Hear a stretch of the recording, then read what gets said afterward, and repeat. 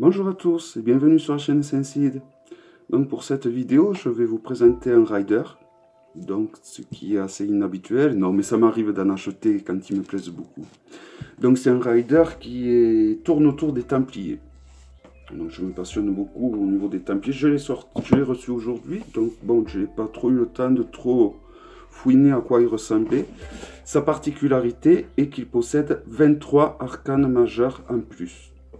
Donc, il s'utilise comme votre façon de faire pour utiliser un tarot, sauf qu'il faut tenir compte de ces 23 arcanes majeures en plus, que vous pouvez utiliser soit de façon intuitive, juste en regardant l'image, ou en regardant les explications. Donc la boîte est assez solide,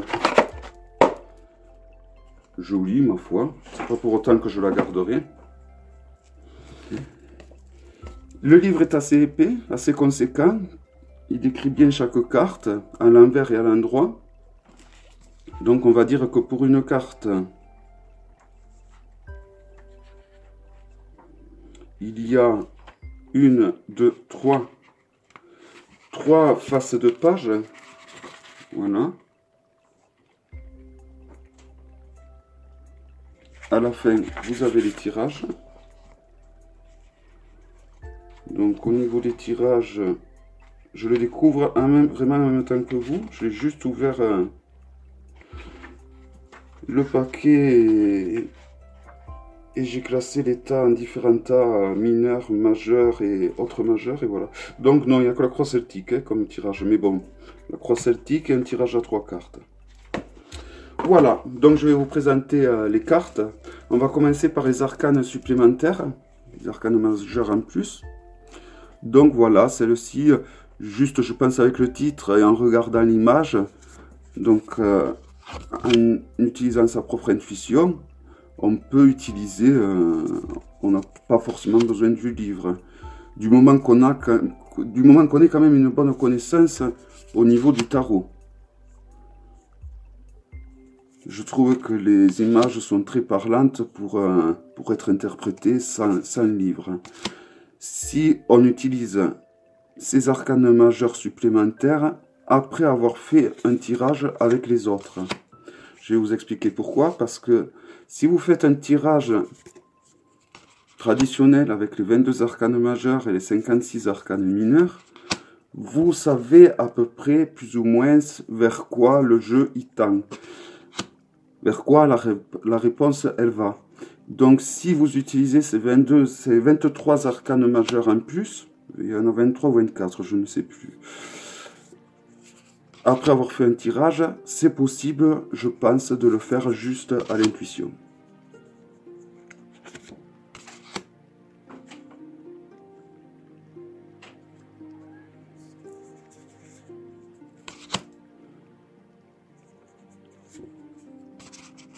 Donc les cartes ont été peintes à la main, si j'ai bien compris. Si la traduction Google que j'ai fait quand je suis allé sur le site de l'acheteur était juste, cette carte ressemble beaucoup au pendu.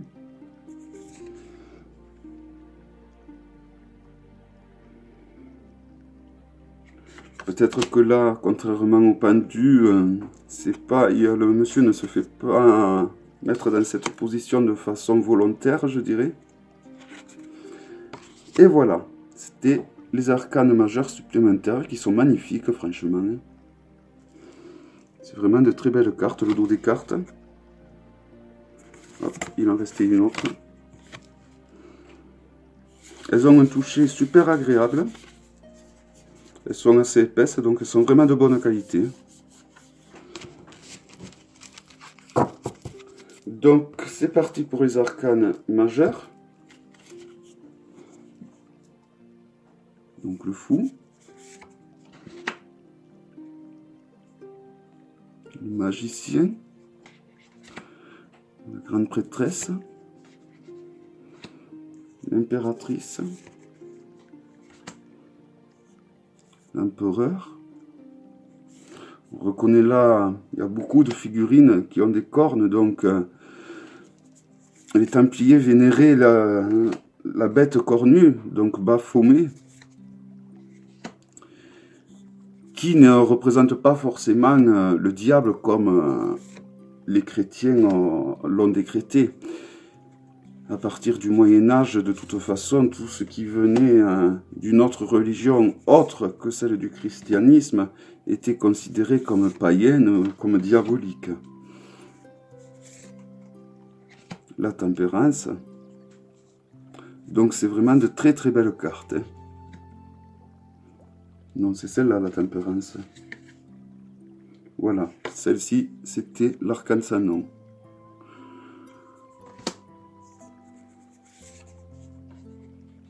Le diable. La tour. L'étoile. La lune, magnifique.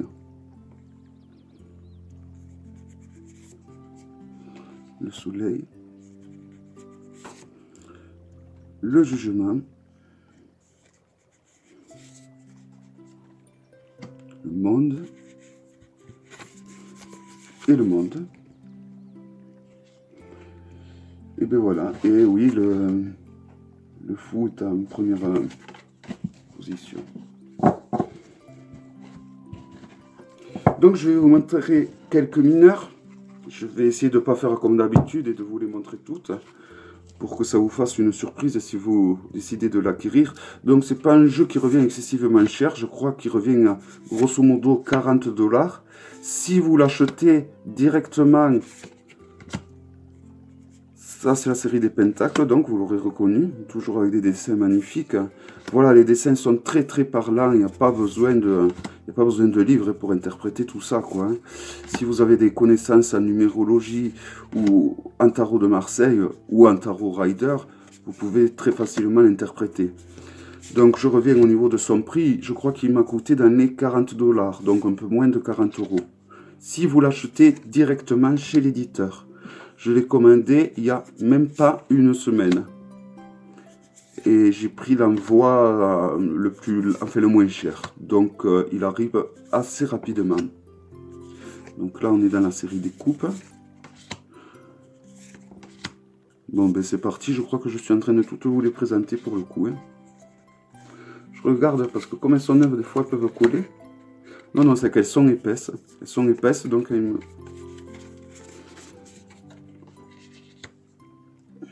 8 de coupe, 9 de coupe, 10 de coupe,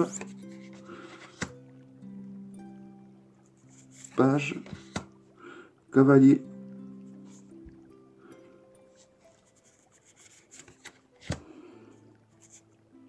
reine, roi de coupe.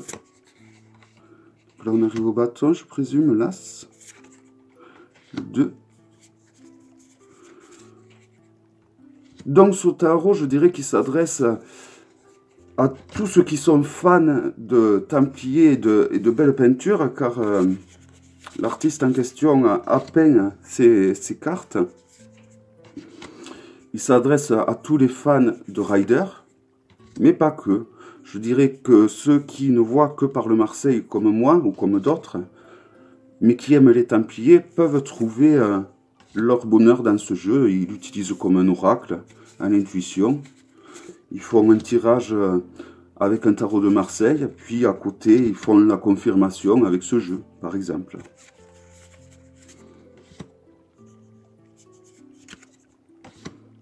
Oui, donc pour moi, les riders sont... J'ai du mal à les classer dans la catégorie tarot. Pour moi, ce sont de très bons oracles, très précis. Et voilà, c'est pour moi des oracles. C'est un tort, je vais me faire vilipender, je pense, par tous les fans des riders.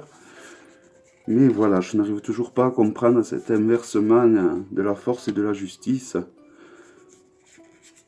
Et je trouve qu'ils prennent trop parti au niveau des arcanes mineurs.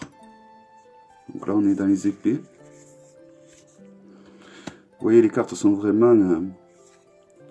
ont des couleurs bien vives, sont vraiment très jolies. Bon, je vous les aurai toutes montrées finalement. Donc c'est un jeu avec énormément de cartes au final.